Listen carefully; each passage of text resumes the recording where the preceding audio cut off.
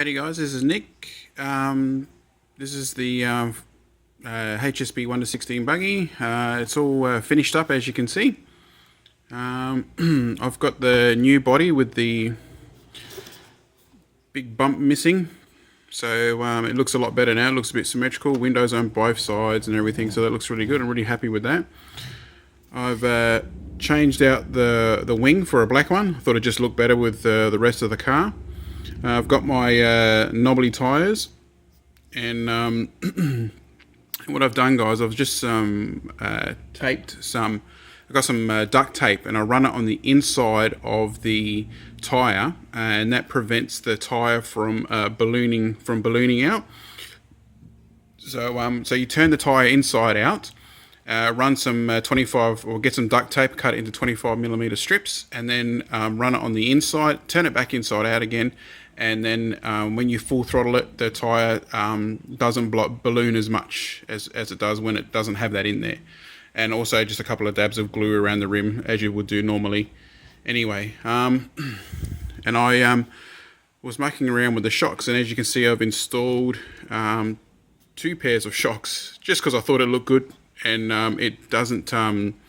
It's a bit firmer on the bounce, on the jumps, and it lands just like normal, except it doesn't bottom out at all. So the 2 shocks at the back work really well.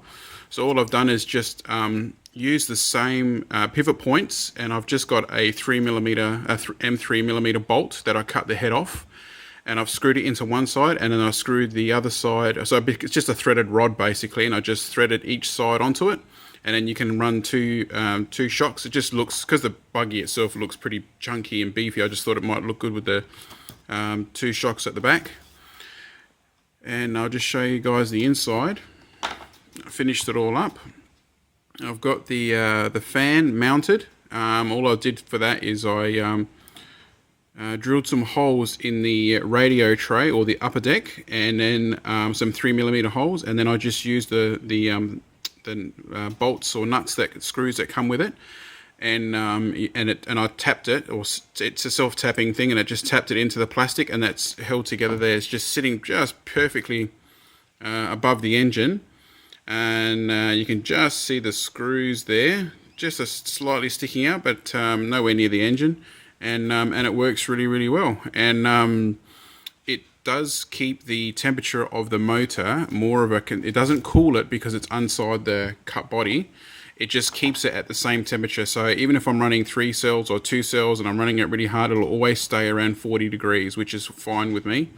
The speed controller, I forgot to mention in my previous videos, this Fuse Dynamite speed controller can run 3 cell and 2 cell with I think it only runs 6 volts through the BEC, so that means you can run a 3 cell battery and still run the fan safely. So it outputs 6 volts through that fan connection, so that's all good. So yeah, and that's pretty much it, guys, and I'll upload some videos of some running videos to see how it all goes. All right, thanks guys.